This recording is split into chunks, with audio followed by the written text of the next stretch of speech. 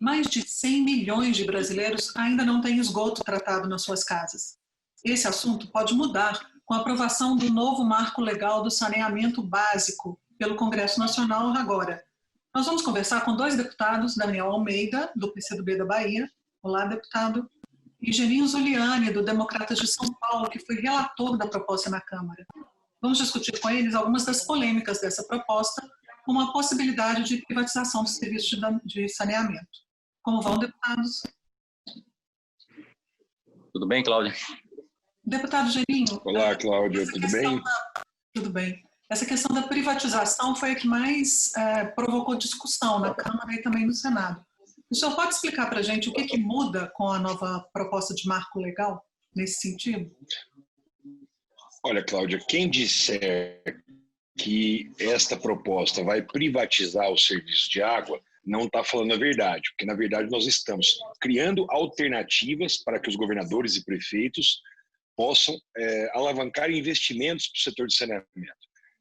Eu sou do estado de São Paulo e aqui a Sabesp é uma grande empresa, uma das maiores do mundo.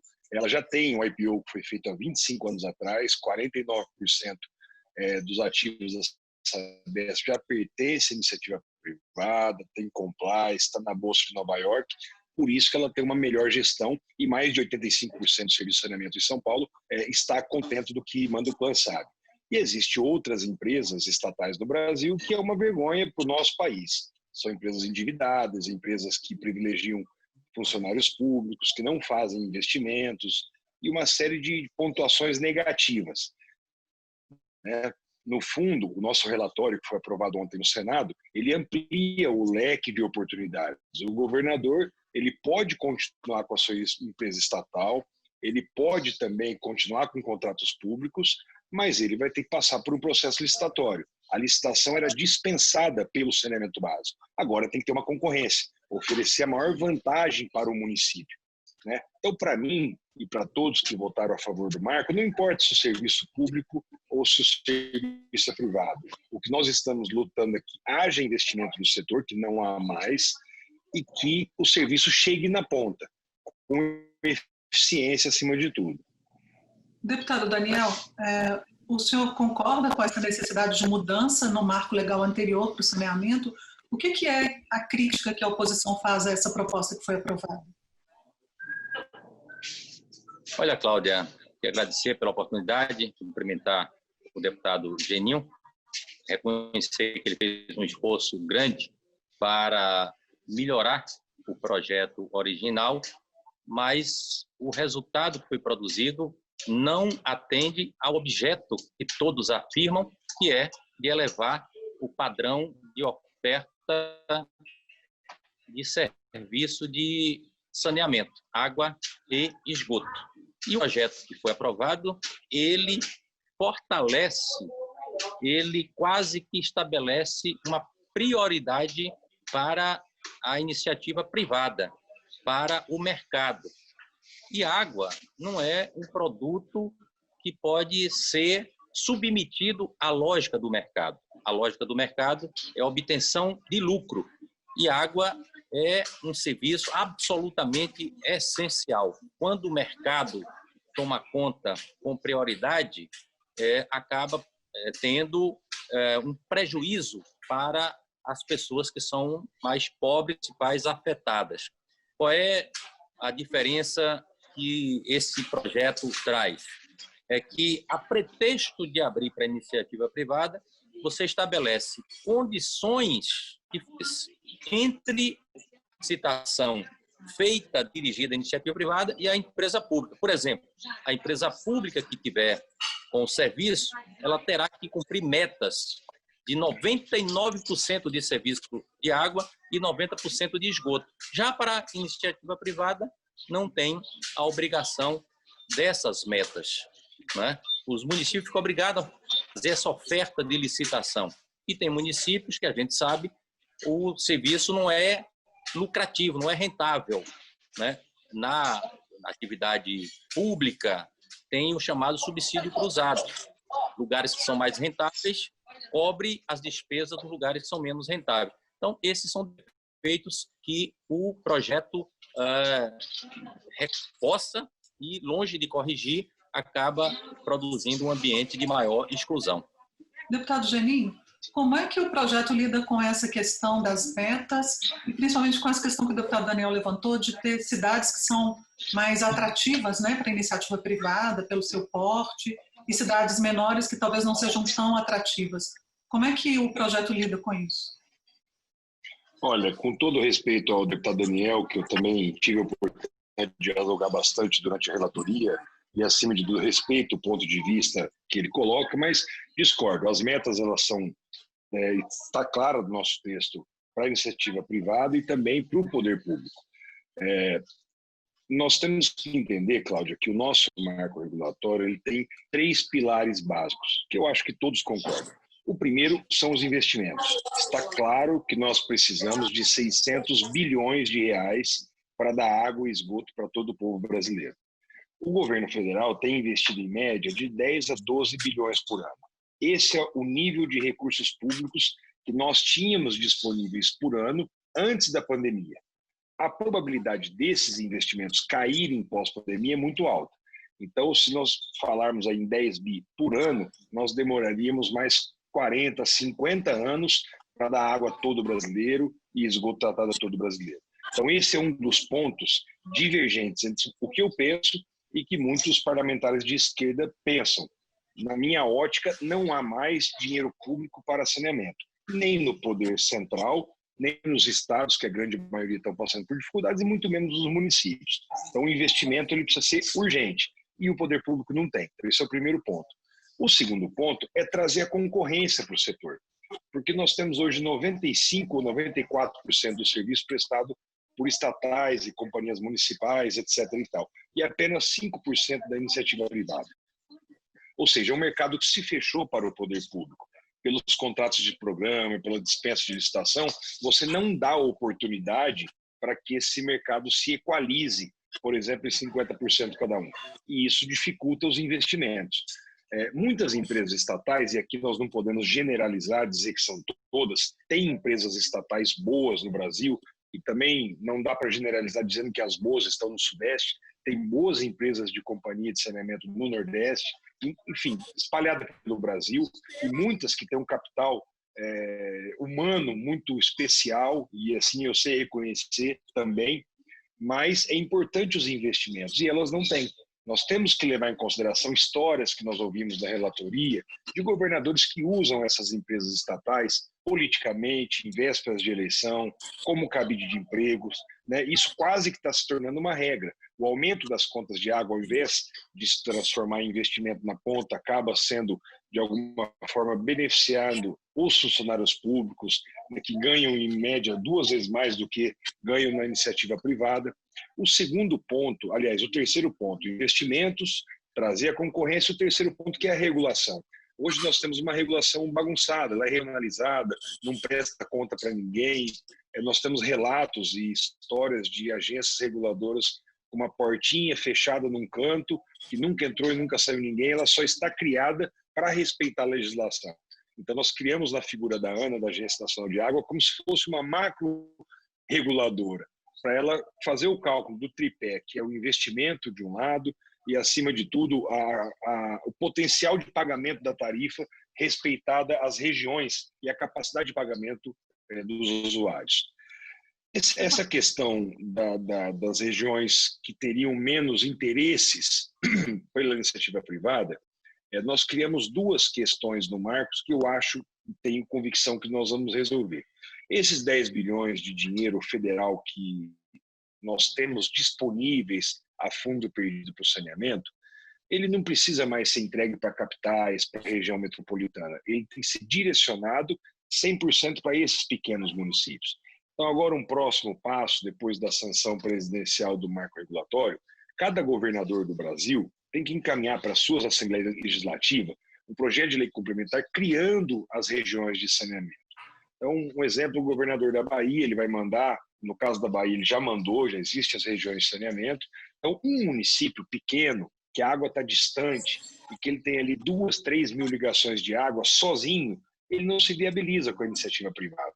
Mas ele é agrupado a 10, 12 municípios, às vezes com uma um município maior, de 20, 30 mil ligações de água, ele consegue uma boa licitação.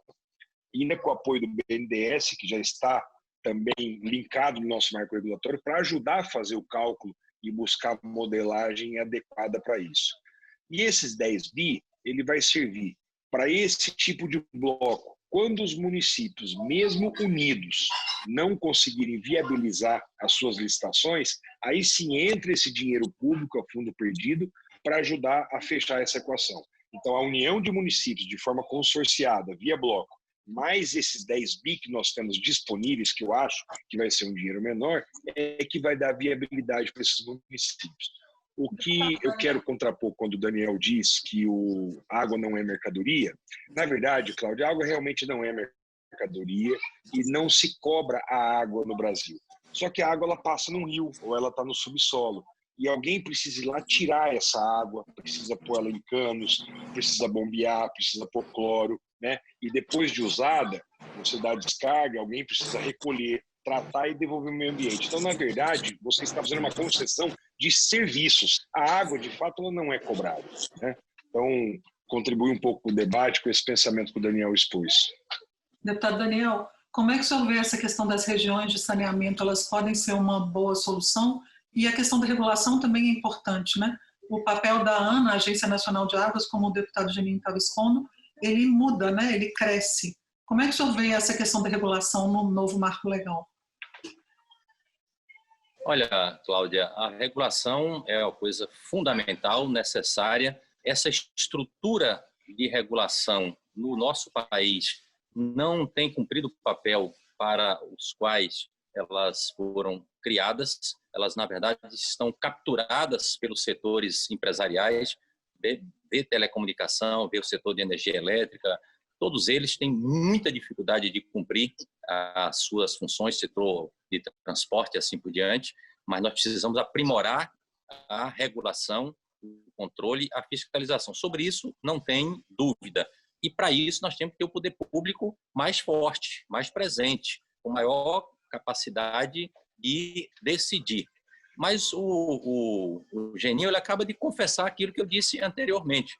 Primeiro, o discurso que não tem recursos. Não é verdadeiro. O BNDES acabou de dizer que tem recurso, muito recurso, para emprestar à iniciativa privada, não para dar suporte às empresas estatais ou às políticas públicas que os governos podem e devem fazer, os municípios podem e devem fazer. Por que priorizar o investimento, os empréstimos para a iniciativa privada e não levar em conta o S do BNDES? O S foi esquecido, Banco Nacional de Desenvolvimento Econômico e Social. Social é cada vez uma participação menor. Então, o recurso existe. Eles não querem emprestar esse dinheiro, destinar esse dinheiro para essa finalidade. A segunda questão é em relação a essas áreas regionais. Os governos de estado e os municípios podem formar esses blocos regionais. Acaba submetendo esse debate a um processo de politização. As empresas que estarão interessadas em uma determinada região, elas passam a ter uma influência, que nós sabemos que existe, né? Se a lógica é de mercado, passa a ter uma influência sobre essas decisões com riscos grandes de corrupção, que nós estamos acostumados a perceber. E tem que ver a realidade seguinte: na Bahia, por exemplo, são 417 municípios. Não tem mais do que 50 municípios que têm uma situação que viabiliza o resultado de uma iniciativa privada. Os demais municípios teriam que ter a participação do poder público. Aí o Geninho disse, não, os 10 bilhões que estão disponíveis, o Estado investe nessas áreas. Quer dizer, a iniciativa privada fica com filé mignon e o cidadão que paga tributo fica com o osso para roer. Não, por que acabar com o tal subsídio cruzado, né? Então, nós temos que inverter a política de priorização dos investimentos na área do saneamento, mas com controle social e não na lógica do mercado. O que estão fazendo é o privilégio da lógica do mercado. Eu disse aqui, e repito, não tem nenhuma razão para se cobrar universalização de 99% de serviço de água para as empresas estatais e não ter nenhuma cobrança de metas de universalização para a iniciativa privada. Se uma determinada região, um determinado município quiser fazer uma licitação com metas de 40%, 50%, 60%, eles poderiam, de acordo com o perfil que resulte em lucratividade para a empresa privada, ou seja, submete o interesse do lucro ao interesse social. E eu queria lembrar, Cláudia, que tem outros exemplos. Nós privatizamos o setor de transportes públicos, transportes coletivos, pelo Brasil afora, dizendo que isso ia modernizar, ia ter muito capital e etc. Vai medir a qualidade do serviço de transportes nos grandes centros. É péssimo, o custo é elevado. Hoje, milhões e milhões de pessoas não se locomovem no ambiente público, nas grandes cidades, porque não pode pagar. Então, ele ficou inviabilizado para uma parcela grande da população e não se investiu nos transportes públicos subsidiados, como é na Europa, como são os transportes em qualquer parte do mundo.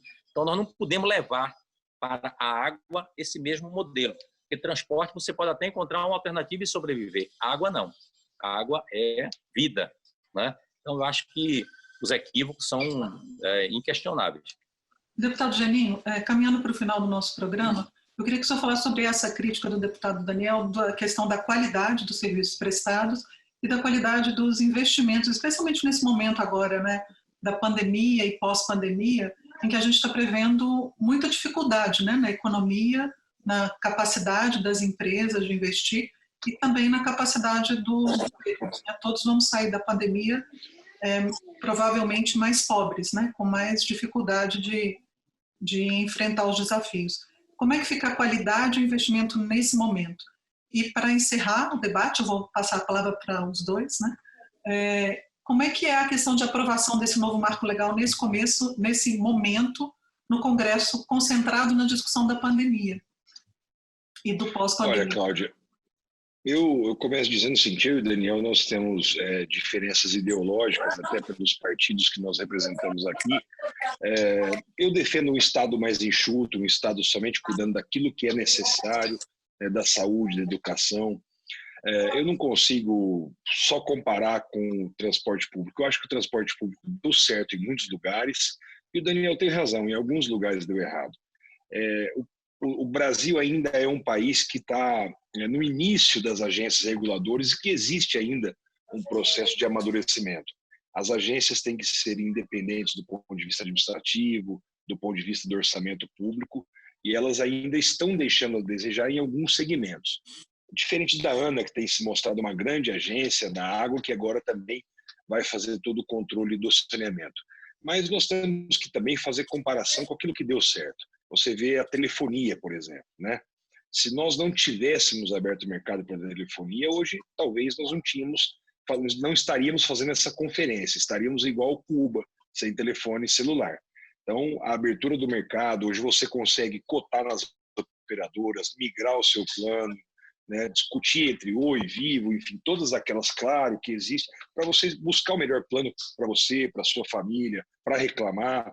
Né? Eu acho que a telefonia foi um grande avanço. 99% dos brasileiros têm acesso ao telefone e tem mais chip do que brasileiros no país. Então, uma média de 1,2 chip para cada brasileiro. Isso é uma notícia ótima para o setor de telecomunicações. A mesma coisa aconteceu com a energia elétrica. Né? A energia hoje, 99% dos brasileiros têm acesso a um poste na porta de casa que traz energia para dentro da sua residência. Teve investimentos públicos pesados, sim, mas a concessão foi fundamental. Existe um outro estado, uma outra capital que os serviços deixaram a desejar? Sim, existe, mas na grande maioria deu certo. E o que não deu certo foi o saneamento, que não fizeram isso com o saneamento há 20 anos atrás, e hoje a gente amarga os piores índices de saneamento do mundo, levando em conta os principais países desenvolvidos do mundo. Então, essa mudança é fundamental. Esse modelo de saneamento que existe hoje no Brasil não deu certo. Tiveram várias oportunidades de realmente poder mostrar serviço para o Brasil, não deram conta. Teve uma melhora das companhias estatais agora, de alguns anos para cá, com a lei das estatais, que trouxe um pouco mais de responsabilidade sobre os gestores, mas muito aquém do que nós precisamos. Quando me perguntam assim, olha, Geninha, alguns países lá fora estão reestatizando serviços de água que eventualmente foram privatizados. Nós também podemos reestatizar daqui a 30 anos, depois que tivermos 100% de saneamento. Mas da onde vão aparecer 500 bilhões de reais? Essa que é a urgência do país. Lembrando, Cláudia, que a cada R$1 investido em saneamento básico, você economiza 4 na saúde. Se nós investirmos 500 bi na saúde, nós vamos ter uma economia do SUS de 2 trilhões. O impacto fiscal é maior que a Previdência. Por isso que eu acho que esse projeto é tão fundamental ou mais importante até do que a reforma da Previdência, que tem apenas um impacto fiscal. Esse projeto, sim, vai trazer investimentos, vão gerar empregos, aproximadamente 600 mil empregos, trazer investimentos estrangeiros e, acima de tudo, eficiência com esse novo modelo de regulação. Obrigada. Deputado Daniel, como é que o senhor vê essa perspectiva? Olha, eu acho que o Geninho fez todo um esforço, eu reconheço, é uma pessoa muito correta, de boa fé, tem diferenças ideológicas, sem dúvida nenhuma, e isso é bom para a interlocução, o contraditório, mas imagino uma tolice pensar que a iniciativa privada vai pegar 500 bilhões e vai jogar num determinado negócio se não tiver convicção, garantias que vai ter lucro, vai ter resultado. E numa população empobrecida, com cada vez mais dificuldade, com milhões de excluídos, né? Como essas pessoas vão ter capacidade econômica de bancar esse negócio para a iniciativa privada?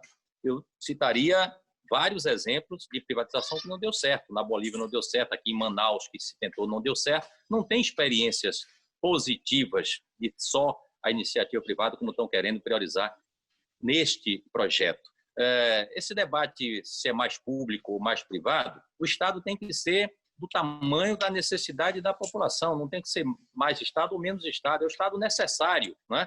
Eu poderia dizer ao meu amigo Geninho que onde se tem maior padrão tecnológico nas telecomunicações, que ele citou como exemplo, não é no Brasil. O Brasil está muito atrasado, é na China, por exemplo, que é estatal, está há 20 anos à frente do Brasil, em todos os serviços públicos, estatais, na telecomunicação, na energia, no serviço de água. Então, essa discussão se é mais de Estado ou menos de Estado é uma bobagem, né? É o Estado necessário. Nós temos alguns serviços que são característicos e da responsabilidade do Estado. Ninguém abre mão disso em lugar nenhum. E nós aqui, com essa medida, estamos pretendendo abrir mão. Eu espero que a gente não tenha um arrependimento muito grande em pouco tempo, né?